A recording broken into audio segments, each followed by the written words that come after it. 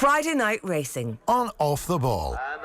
brought to you by Horse Racing Ireland. Love every racing moment. Visit hri.ie. And welcome along to this week's Friday Night Racing. It's Gilroy here with you, as we are every Friday afternoon across all of our social channels at 3 o'clock, broadcasting on YouTube, on Facebook, and of course on the Off the Ball website. offtheball.com is the best place to get us. And then of course we also broadcast later on the radio and News Talk from 8 every Friday evening. Friday Night Racing is brought to you by Horse Racing Ireland. Love every racing moment. You can visit hri.ie, or you can follow the new Twitter account at HRI Racing to keep up to date. And the hashtag is every racing moment. Johnny Ward is with us. Johnny, how are you? I'm very well, Ger. How are you keeping? A big weekend. Plenty of big clashes all around the place. Yeah, it feels like a proper kind of Saturday, the old Channel 4 racing where you're like in front of the TV for the day, and just really good clashes from Britain. And then traditionally the Irish meet on Sundays, particularly good. That Navan meeting with the Troy Town. Great days racing at Navan, and it's a cracking weekend of action. Obviously the highlight of Altior coming back and stepping up and trip against Surname is going to be an absolute cracker as well. So for anybody who is familiar enough with the name Altior, a quick potted history. Altior is supposed to be unbeatable, right? Yeah, well, he's never been beaten over fences, and this year, with him turning 10 years of age in 6 weeks' time, there he is, the gorgeous son of High Chaparral. He is going to feature later on in our show in a kind of a pedigree type analysis with Kevin Doyle, but this is it's just going to be fascinating to see. He's stepping up to 2 miles, 5 furlongs and 8 yards. Be very British to put in the exact yardage, but Nicky Henderson has kind of been saying that he's not really working like he wants to step up and trip, and Altior has long developed this trait of being very strong at the end of his races. When he looks, even winning at Cheltenham, when he won the Arkle, even when he won the Champion Chase this season or this year, he looked a little bit under pressure from the last, but he always finds an extra gear, and that's something that most horses can't do at the end of top level combat. At the end of a race, they can only give so much, but he finds more. That doesn't necessarily mean that he wants to step up in distance. It might be just a trait that he has, and he is getting older, but I wouldn't want to see him lose either. I think, an unbeaten record is great, though. You know, what has he had, like, is it 17 from 17 at this stage? 14 from 14 over fences, 5 from 5 over hurdles. Why step up? What's the theory behind it?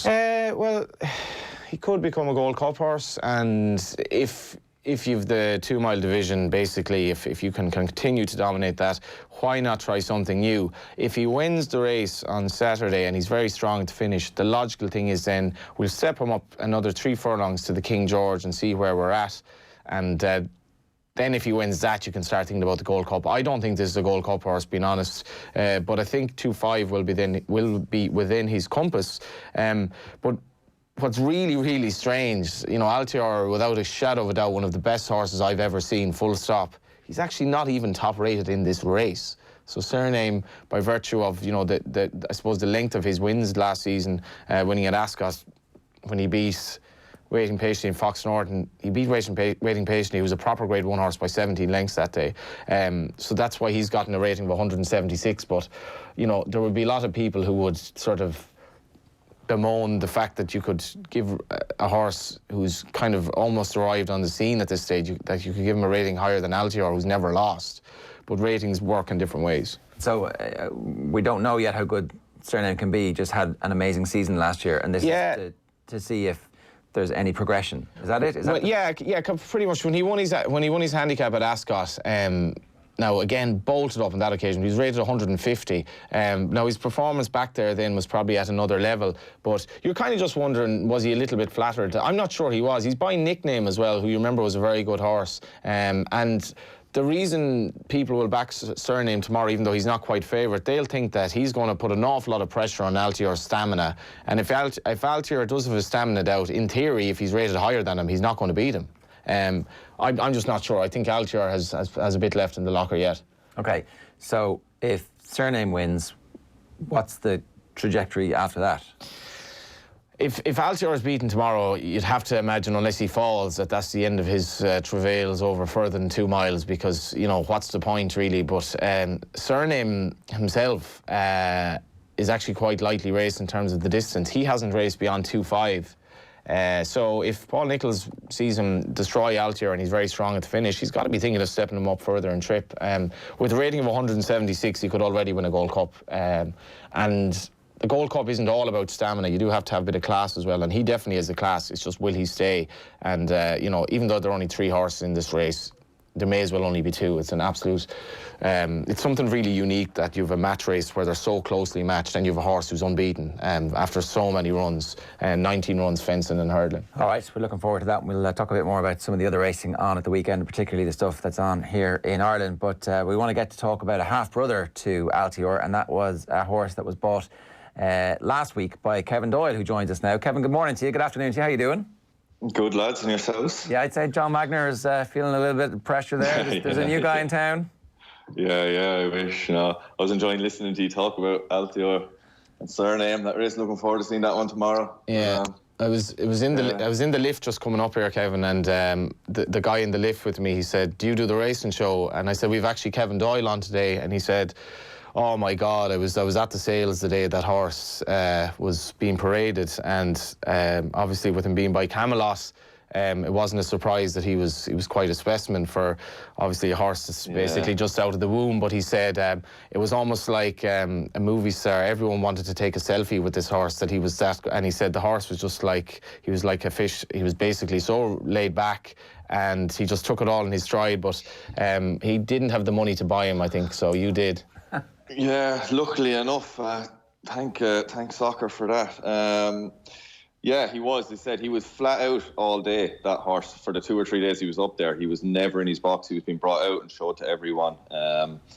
It was. I felt sorry for him. He never got a minute's break. He came back here that night. Actually, we had him straight. He was back here nearly before I got back down from Tattersalls, and he was wrecked. And you see him in with the other foals. It's taken him a few days to catch up and put back on a few pounds that he lost, because he was non-stop walking. He's the only foal, actually, or they've only one mare, the people who breed him.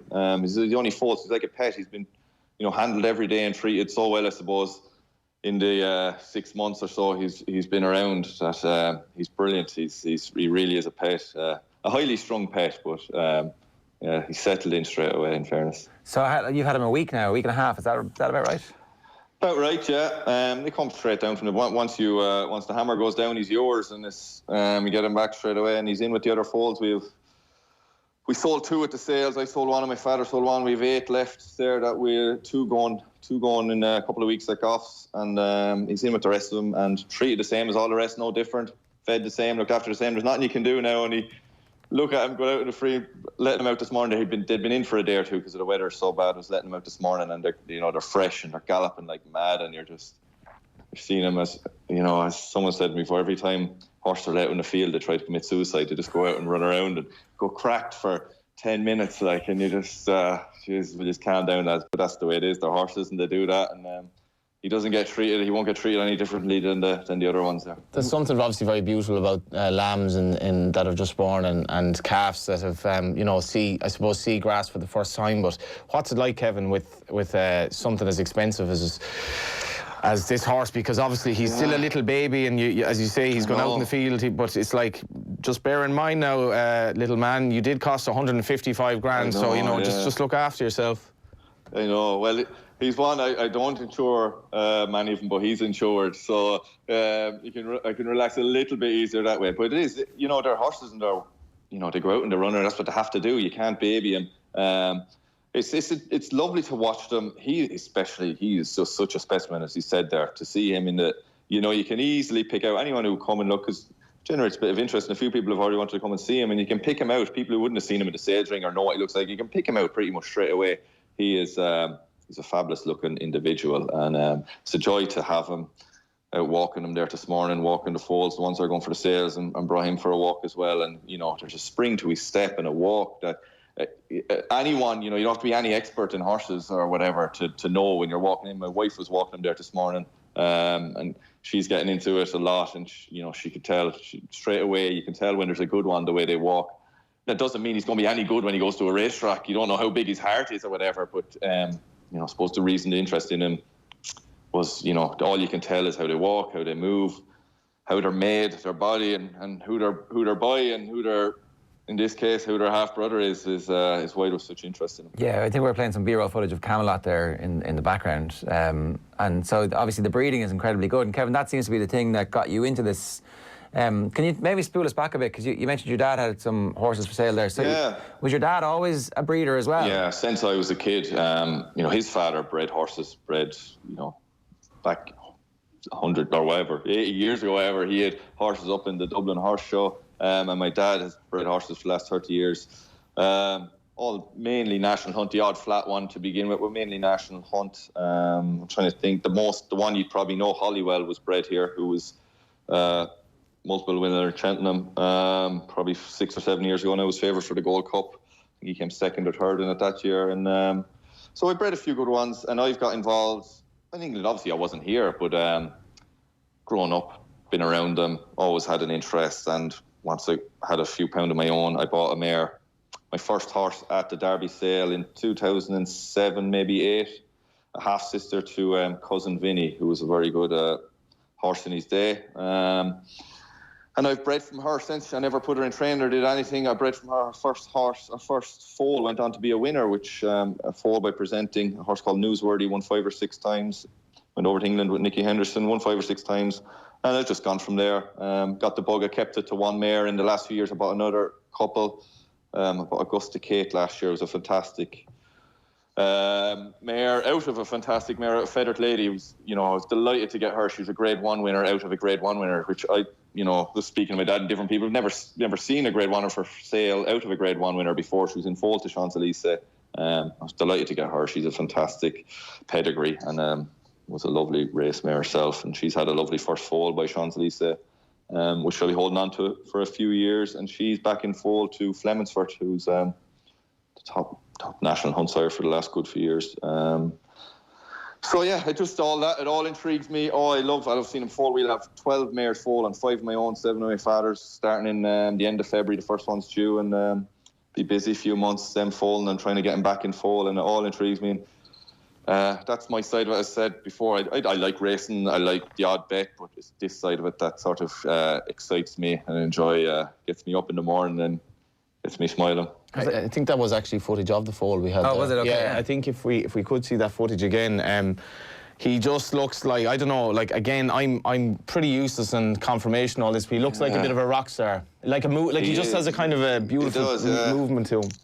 That's what my wife said this morning. He looks like he's a dressage horse. He comes out and goes up on his toes out in the paddock and just floats around the place. I'm the same. You just have to listen. I'm no expert. I'm learning all the time. But, obviously I did my homework on him, and Peter Nolan, who's a consignor who gets our horses ready for the sales. He's an expert on it and well-known. Got Peter to have a look at him, and everyone who was there, said there's nothing you can't like about this fella. He's, without having Altior as his half-brother, that side, obviously he's brilliant, but just himself as an animal is a fantastic individual. That doesn't mean he'll grow to be a 3-year-old and be fantastic. There's so many things can go right and wrong in the next few years, but I suppose to start with, he's top class as it is now, and it's like anything in horses. There's no guarantees at all. There's nothing to say he'll make what I paid for him in 3 years, whatever. He might make double. He mightn't make what I paid for him, but that's the game, and that's the exciting part of it as well. What's interesting for me is, what do you have in mind for this horse to be? Because he's obviously a slightly mixed pedigree in that. He is, people don't generally pay good money for Camelot horses to go jumping necessarily from scratch. So you're like, where's he going to be? Could he be a Melbourne Cup winner, or could he be a Galway mile winner? Could he do it? What'll he do? Yeah, if you listen to Nicky Henderson, he's saying Altior could win over a mile. He was saying, I don't know. Yeah, we'll see. He's going to be going back to the Derby sale in 2 years' time. That would be the plan. Best laid plans. I could end up. Something might be wrong and I might be able to sell him. I could be sending him over to Liz Doyle, who's just over the road for me to train in 2 years' time. Who knows? You can't know for certain. But outline plan would be for me to go back to the Derby sale or the Land Rover sale or whatever when the time comes in 2.5 years' time. I wouldn't the plan here for me is most of my foals will be to sell them on and move them on. It's a business breeding foals and selling them on. It's not to put them in training. I've had a couple in training more because, well, the only reason was because when it came to sales time, there was something wrong with them and they couldn't go to sales, so I ended up putting them in training. But where's your upside here then? Because we'd say if you're spending 155 grand, you're going to have to sell them as a store horse. So store horses, max you're talking maybe 400 grand for an average store, for an unbelievably good store. So what do you think? Yeah, I'll take it.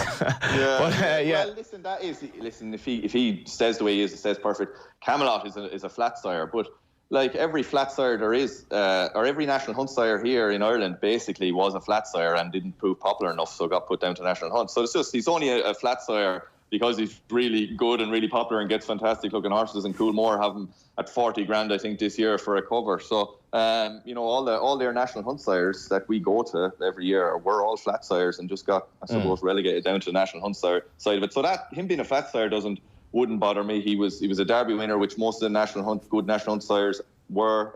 He effectively won the Ledger as well, so it's like... he both sides of it, yeah. So he's a fantastic. That side of him being a flat sire doesn't bother me at all. That's actually when I was going through the book, when you get the catalogue, before I saw it was Altior's half brother, the first thing I saw, I was going through the sires, was Camelot. I was like, what's Camelot doing with a foal in this sale? He's obviously the only one in it. So that's where I saw this one 2 months ago, first of all, before. You're left-handed as well, Kevin. So I am a lefty, yeah. You're left foot. We have a photograph of you signing. Exclusive footage of you writing on a sheet of paper, which is. Signing. We had to go all out for that. You're left-handed but right-footed.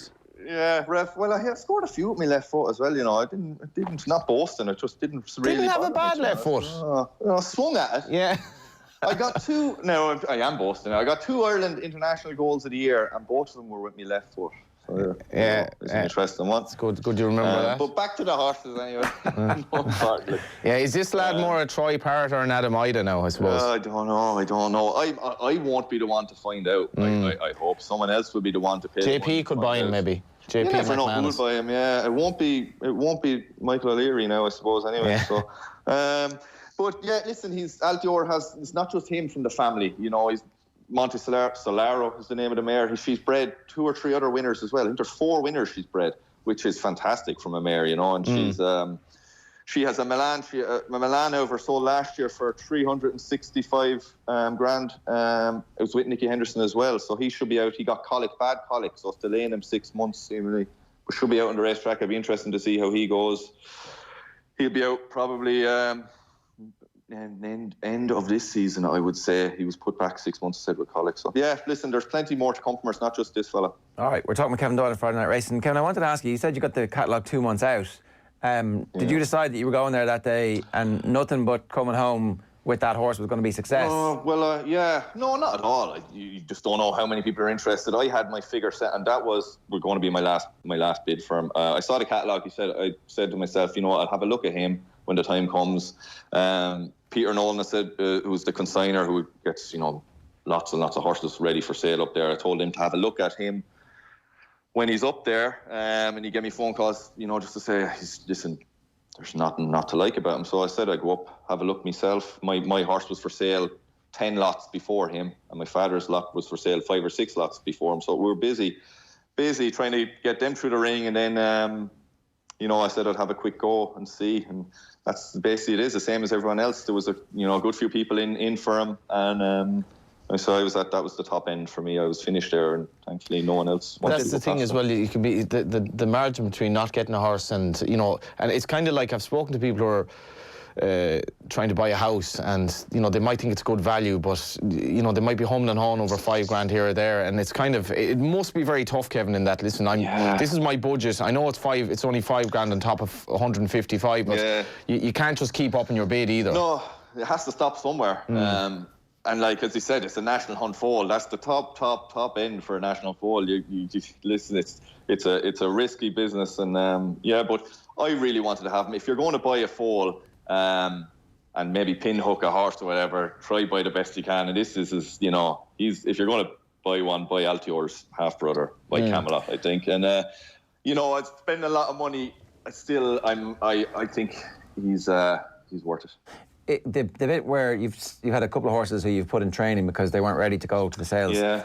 What's your relationship like with them? I mean, is there a possibility that you become enamoured by something like this? You're like, I'm going to put them in training. Come on, let's go. Yeah, listen, wouldn't you love to? God, you'd just love to put him in training and see him go. Come on, Kevin, you have the money, like, don't mind selling them. Yeah. Jeez, I won't have it too long if I keep buying foals like this. I'm sure Liz Doyle, who I had a horse to train with, would love to see him coming over to the yard as well. We have Liz on the line here, actually. Yeah, we have Liz on the line there.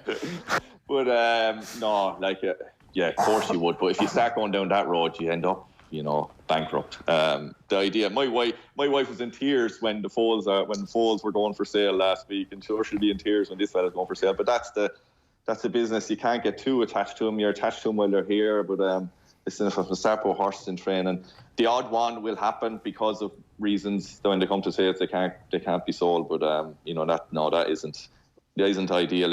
It costs too much to find out whether they're good or not, to be honest with you. Absolutely. So that's your business, and what you've decided to do is to get involved in the analysis before the actual auction, and then the pin hooking as well, because it's the bit beforehand. You can be a great pin hooker and you can get them all ready, but the bit beforehand is the bit where you basically earn your money, because they're either going to be successful or not. Yeah, there's no guarantees in anything. It's as I said, I don't pin hook. My dad has done a few, and I haven't done one before. This is my first one. I like to see foals. I like going to stallions. I like picking stallions. I like that side of it.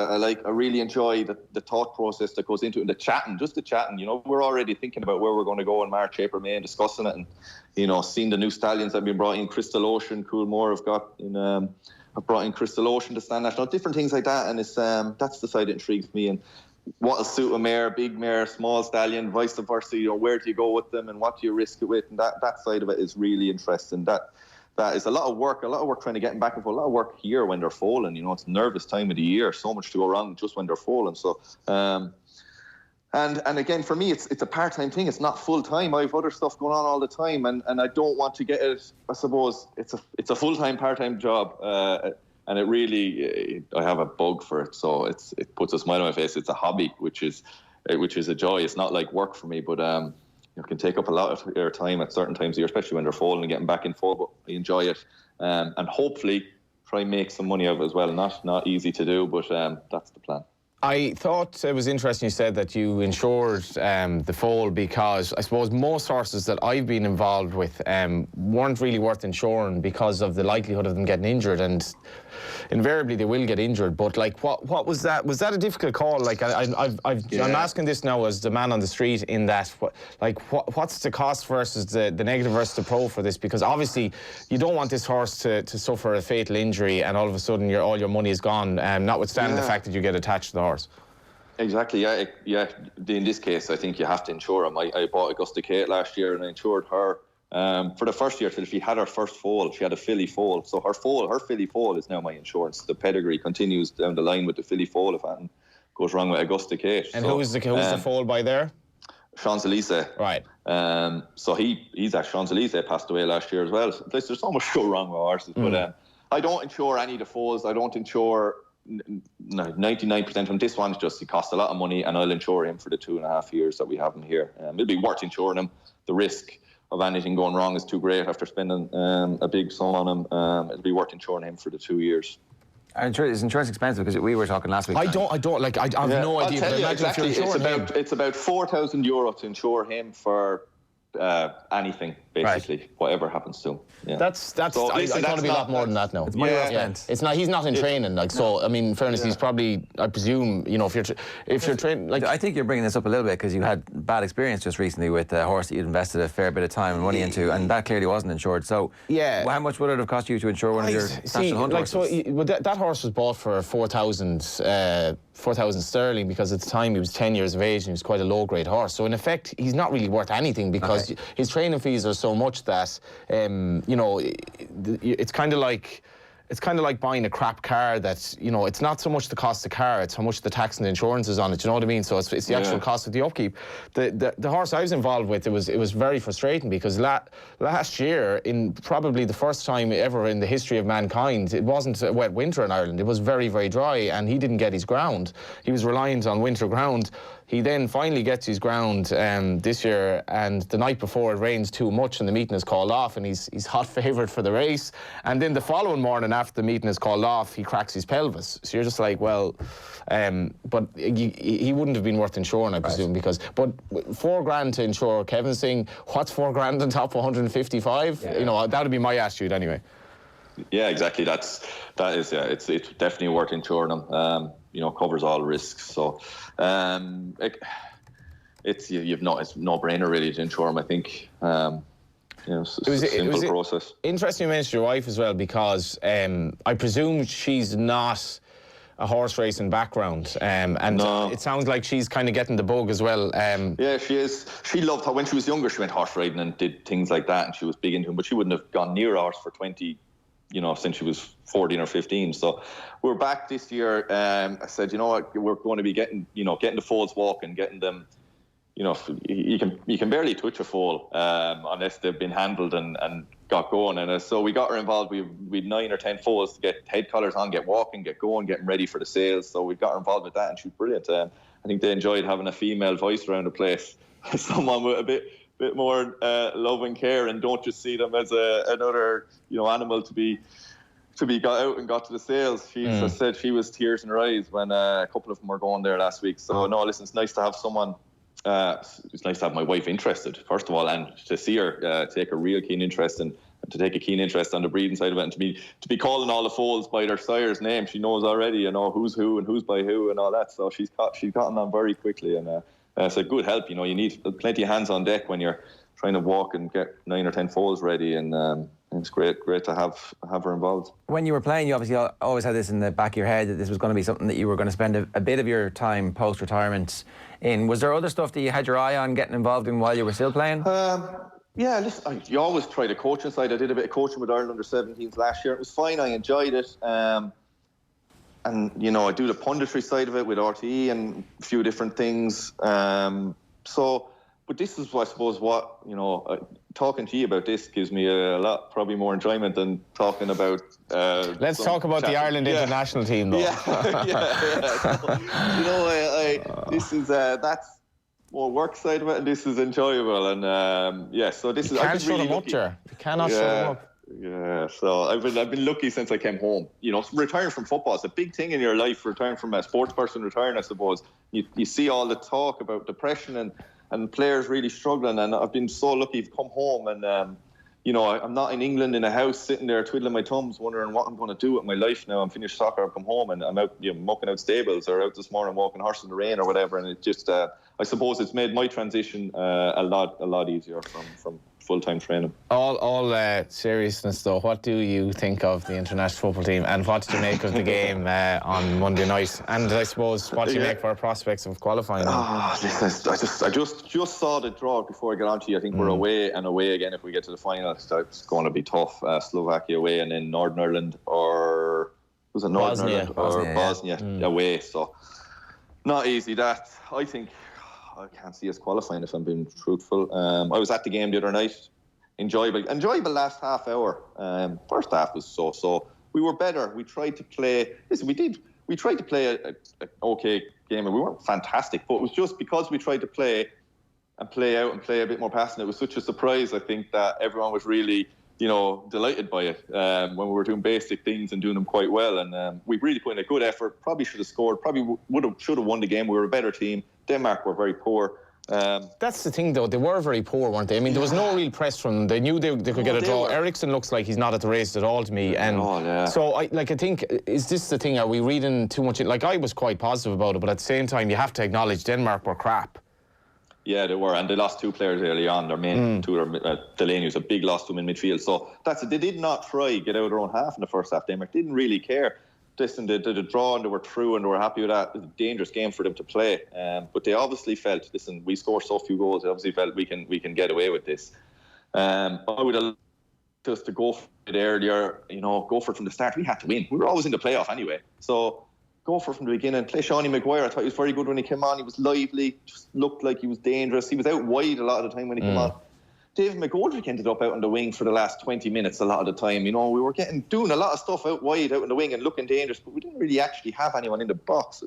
But that's what depresses me though, Kevin, that like McGoldrick gets an awful lot of credit, which I think is warranted. But he's actually in the midst of almost no chances for Ireland, and he scored 1 goal, and we're kind of we're heralding him as, and I'm not knocking him, but like, I think if you had him alongside somebody, that's the thing. Yeah, but that's it.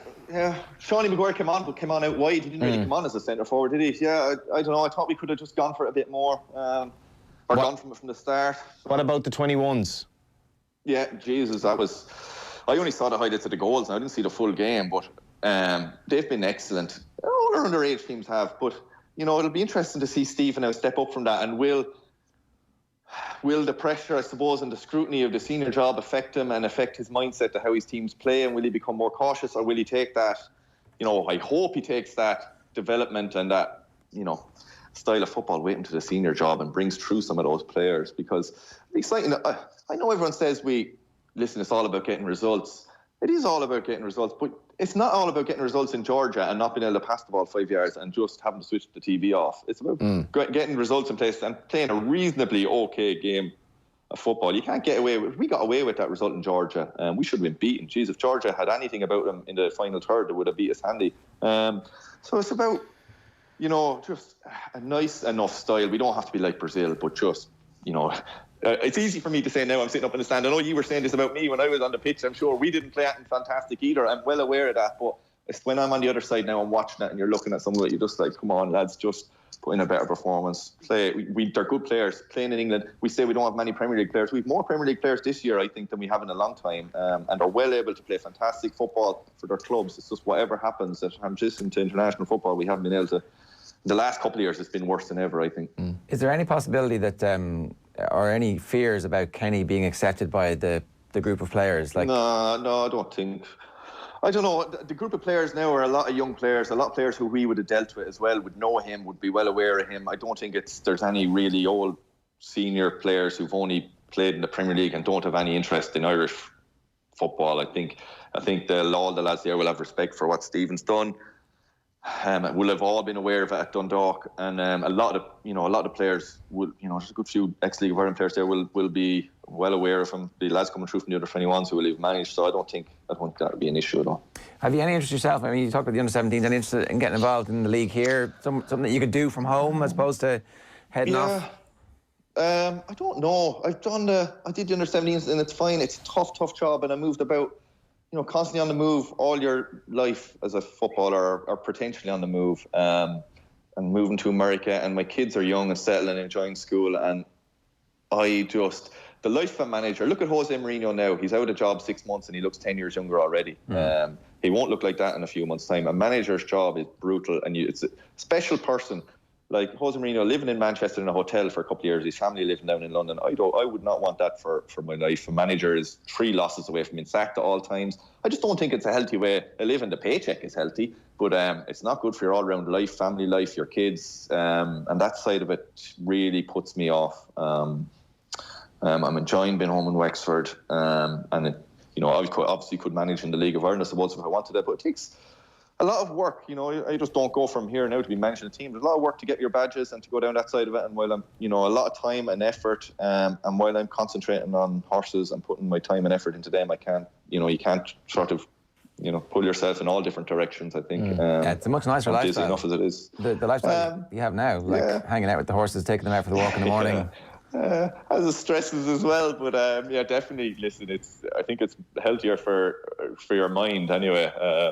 I don't think they'll make me look like Jose Mourinho in the way he looked when he was finishing up at Man United. Wait, all managers. Mick McCarthy, like when he finishes out a job and he's off for a few months, he comes back tanned and looking $1 million, and then he's same as every manager a few months in, and they get cranky, and their interviews with the press and everything becomes so strained and difficult, and it's a tough, pressurised job, 24/7 job, trying to deal with footballers every day, like a disaster. Listen, my mind might change in a couple of years once I've been out of soccer and once the Camelot sells for 50 grand. I know, Once I'm broke. So, no, listen. But right now, the way I'm thinking, it's, I'm I'm enjoying the bit with RT, I'm enjoying with the horses, and I'm enjoying doing my bits outside of day-to-day involvement with football. You don't get to name the horse. Is that when? No. When does that happen? No, he gets named by if you had a filly and you were going to breed from her, once she's going to be a mare, you name her officially, or when they're going in training. So whoever buys it will name it. At the moment, he's just horse. Mini Altior out in the field, or right. Mini Camelot, we call him. So no names on him. And someone else hopefully to do that. Right. Well, listen, best of luck with it. I hope it has an amazing name and goes off and wins loads, and you can continue living off the back of that. Kevin, great to have you with us. Thanks a million. Cheers, lads. Good Thanks, talking Kevin. to you. Thanks a lot. It's Kevin Doyle there. We're going to take a quick break. We'll preview the rest of the weekend's racing right after this. Friday Night Racing. On Off the Ball. And they're off. Brought to you by Horse Racing Ireland. Love every racing moment. Visit hri.ie. Yeah, you're very welcome back to Friday Night Racing, or Friday afternoon racing, indeed, as it would be if you are consuming this. Across all of our social channels, we go live every Friday afternoon around about 3 o'clock, brought to you in association with Horse Racing Ireland. Love every racing moment. Visit hri.ie or follow the new Twitter account at HRI Racing. Let's take a look at the weekend's racing, and I've got some more bad news for you out there. Here's the script. It says, the tote. We should just get some, like, the last rites. What's the music, the lone piper that they play? It's a parting glass or something. Or? Well, the parting glass would be, you know, that's, I love that. Of all the money that I spent is a good start. Well, I mean, I spent it in good company would be inaccurate, right? In this case. Let's just keep it to of all the money I spent. The tote Irish Interjockeys. And all the harm that was done and lasted was to none but me and all the people that we gave the tips to. Yeah. Remains static on 7,549.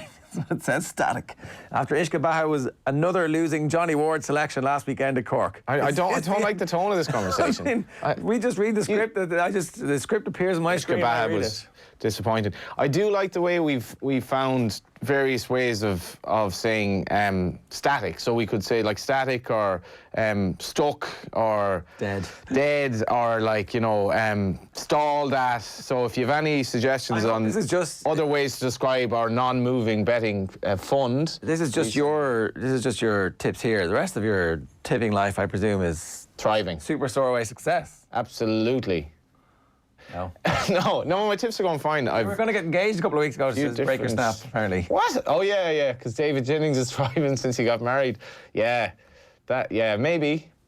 I'm getting engaged to you because I want to arrest my betting slide. Look, it's going to be good for both of us. Yeah. That's romantic, right? Yeah, shout out to her mother, Liz, who's having her 69th birthday tonight. So we're having a little meal, and we won't be talking about gambling. Very good. Nice. This weekend, we'll see the Irish Ackland coming from Gorham Park tomorrow in Navan on Sunday, where the highlight is the ultra-competitive Troytown Chase. Across Channel, obviously, the mouth-watering clash between Altior and Surname in the Christie 1965 Chase from Ascot tomorrow. What have you gone for this week? What have I gone for this week? I'm going to go safe enough. I think this is quite safe. I tipped this horse in another platform when it last ran, and it was done on the line at like 14, 16 to 1. The only kind of concern I would have in the race is that JP McManus has another runner in it that could be quite well handicapped. But Liz Doyle was mentioned by Kevin, and Liz Doyle trains this horse Encore Louis, which runs in the 1:30 at Navan Sunday. And I think it got £3 for finishing second the last day. I thought that was quite lenient.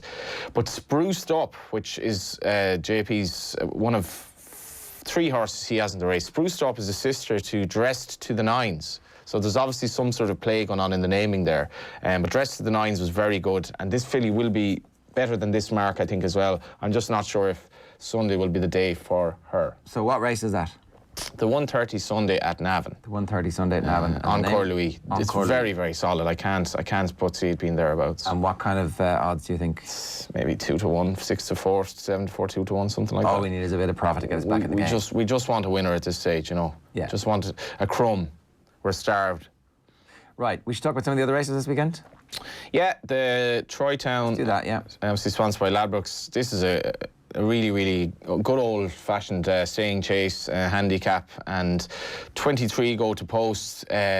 Gordon Elliott has an awful lot of runners in it, and Jigginstown and JP McManus are quite strongly represented. I'd be honest, I haven't really had time to go through it at full kind of length. But Discoram at the top weight, he had a great season last season. He actually could be good enough to give them weight and a beating. I like the way he's campaigned to put him into a race of this nature on his seasonal debut, despite the fact he has to give weight away. Ravenhill for Gordon Elliott's certainly interesting. Portmore Lock looks intriguing down the bottom of the weights because he stayed very well the last year. That was a question mark, but he only got going late on, and I think he'll run very well for the wily old John Kiley. Okay, so it's a great race. It's a cracking handicap, and 23 of them, most of them in with some sort of a chance. I mean, none of them are an absolutely huge price. Even Chris's Dream in it for Henry de Bromwich, very good novice last season before things went a bit awry for him, but lots of horses with different sorts of profiles and stuff as well. Okay, before that, at 1 o'clock, the Monksfield Novice Hurdle, Abacadabras, Fury Road, Doyen Dancer, Glamorgan Duke, Six Shooter and Caddyshack. We'd heard a lot about Fury Road. Yeah, we heard a lot about Abacadabras as well, because he was one of the, I think he was one of maybe the horses that Tom mentioned when we had the two Kennedy brothers in, and he ended up bolting up that weekend in very good fashion at Navan. I think over 2-4, I just have a feeling that Fury Road just might have a little bit too much from over the 2-4. Abacadabras looks quite a speedy horse. It'll be intriguing. They're two stablemates. Obviously, Davy Russell is now back in the vogue with the Jigginstown boys. He's riding, to my mind, Fury Road could well be favourite here. He's getting £6, and I think he's a great chance. Okay, so he's on that. Robbie Power's on Abacadabras. Yes, Robbie Power is like... I mean, Robbie Power is a great example of, like, he was a jockey that kind of, I wouldn't necessarily call him a journeyman. He was riding sort of very good horses, but he wouldn't have maybe been considered in the top bracket, but he's a very good professional. He was riding for Jessica Harrington, then he started riding these very good horses in Britain. His relationship with Colin Tizard now, the attitude he showed going over to Colin Tizard, he's riding these really good horses for Colin Tizard. Not only that now, he's riding top horses for Jigginstown as well, so great example of just stay professional and do your job. Okay, one last race you want to talk about this weekend? Yeah, that was the Fillies bumper, the Mayor's bumper, sponsored by Coolmore National Hunt Sires, which is appropriate enough considering Camelot, even though he's not a National Hunt Sire, he obviously is a Coolmore, was the sire of the horse that was the star attraction today. And I do like the Getaway Star here by Getaway, one of the top young National Hunt stallions. This looks a very good mare in the making. Okay, so the Getaway Star on Sunday at 3:30 in Navan. Proper card in Navan if you're doing nothing on Sunday, and Goran on Saturday. All right, Johnny, good stuff. Enjoy the racing this weekend, and indeed, if you are going racing this weekend, then do check out all of the available resources to you. Hashtag every racing moment, HRI.ie, or the Twitter handle at HRI Racing. I would say as well, if you were, you know, it's funny that Kevin was talking about his wife there, how she just, like, she's no background, but once you're around horses, you sort of fall in love with them. Racing's a little bit different. I think people just don't get it, or some people just have no interest in it. But if you do have time tomorrow, watch Altior versus Surname. It's at 2:05. It's effectively a match race.